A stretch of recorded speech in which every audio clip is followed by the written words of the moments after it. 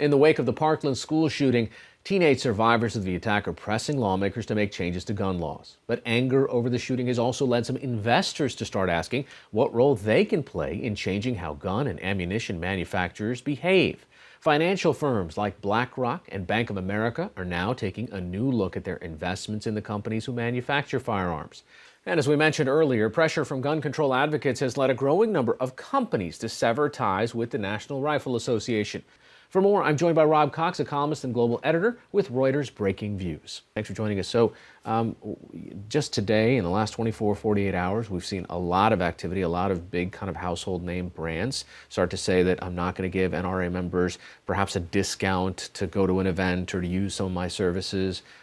Is this different than what's happened before? Yeah, I think this is different. And what you're starting to see is that people who want a change in gun laws are using the power of the purse. It's not just Twitter, but it's actually they're saying on Twitter and on social media they're no longer going to give custom to these companies that work very closely with the NRA. Now, you're talking about rental car firms, hotel, lodging companies, insurance companies. I'm not sure that's going to have a material effect on the NRA, on their budgets, but it's part of a movement. And you have to think back, all social movements or civil rights movements, they always have some sort of economic protest or financial boycott, some element of that when they are successful. Going all the way back to suffragette, going to the divestment in South Africa is probably the most analogous one. And we're starting to see that happening. And if you have a majority of Americans right now, just if you look at the Quinnipiac poll that was out in the last week that said 67% of those polled are in favor of banning assault weapons or AR-15s. And therefore, if you think about it, a majority of the American consumer is a really powerful economic tool. And so I think that's starting to be harnessed by the gun violence prevention movement. After the massacre at Sandy Hook, you saw the parents were motivated. You saw the country start to think about these things. I remember a couple of big pension funds pulled out of money that they controlled and whether they supported it. Most people in America don't know who BlackRock is and what kind of influence they have. So again, they are invested through index funds, so they're not necessarily just automatic shareholders.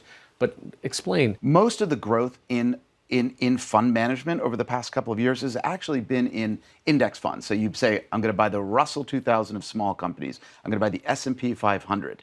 So then BlackRock, which is the largest, $6 trillion of assets under management. So a lot of money. And then second, Vanguard.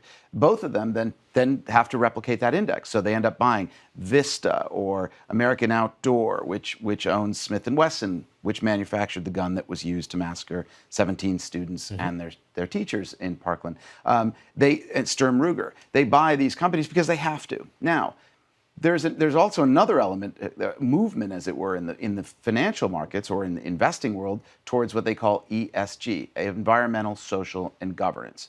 So a lot of, and millennials in particular, who are your future customers if you're a BlackRock or a Vanguard, they are very much driven by social purpose. So I think you're starting to see this, it's almost a conflict. On the one hand, you have index funds where all the money's going. On the other hand, you have a movement towards making sure that your money's going to companies that provide a broader social benefit.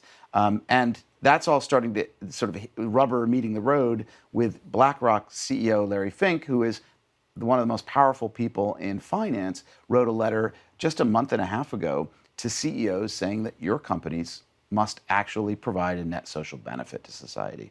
And this is a big change because now he's stuck with owning these big companies or owning big stakes in these gun companies, but at the same time having to kind of make good on his promise. And that is really going to start to push for change. It won't be divestment, I don't think, in the way that we saw in the 1980s with South Africa, which was just get out. IBM does business there. We're selling our IBM stock. IBM then finally pulls its business from South Africa. Apartheid falls. I think what we're going to see here is more engagement. Rob Cox of Reuters Breaking Views, thanks so much for joining us. Pleasure to be here.